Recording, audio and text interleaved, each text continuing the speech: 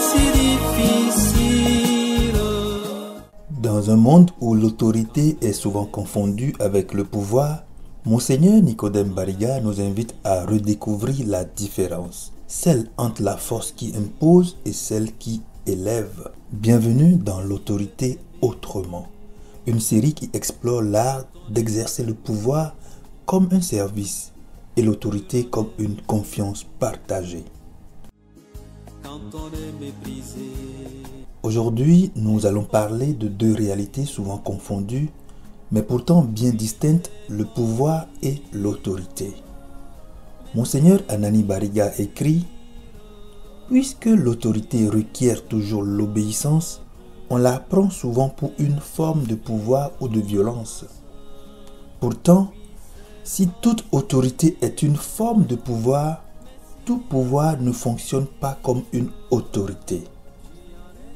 Le pouvoir impose, l'autorité suscite.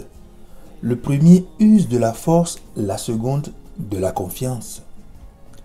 Sans obéissance, le pouvoir s'effondre. Sans reconnaissance, l'autorité se dissout.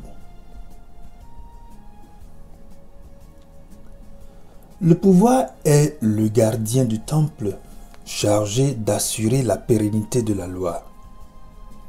Le pouvoir veille à la loi, mais non toujours à la croissance intérieure, parce qu'il a besoin de frontières précises. Il a essentiellement un rapport avec l'espace. L'autorité, elle, conduit parfois le chef à se sacrifier pour ses protégés. Le pouvoir protège la loi, l'autorité protège la vie.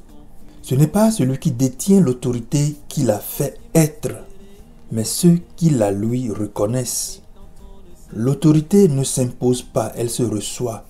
Elle naît du regard de ceux qu'elle sert, de leur confiance, de leur adhésion intérieure. Le pouvoir a un rapport avec l'espace, l'autorité avec le temps. Elle s'inscrit dans la mémoire et la fidélité.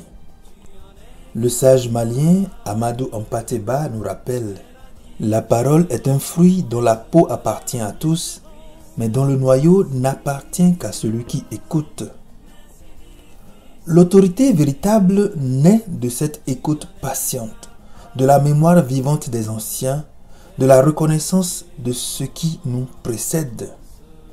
Comme le dit Monseigneur Bariga, ce n'est pas celui qui détient l'autorité qui la fait être, ce sont ceux qui la lui reconnaissent.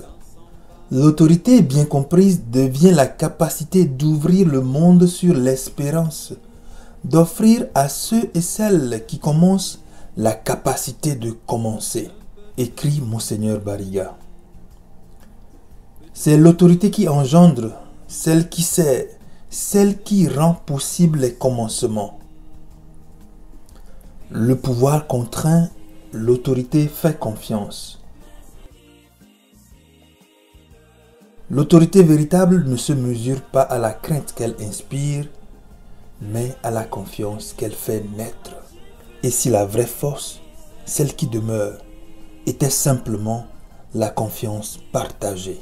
impossible.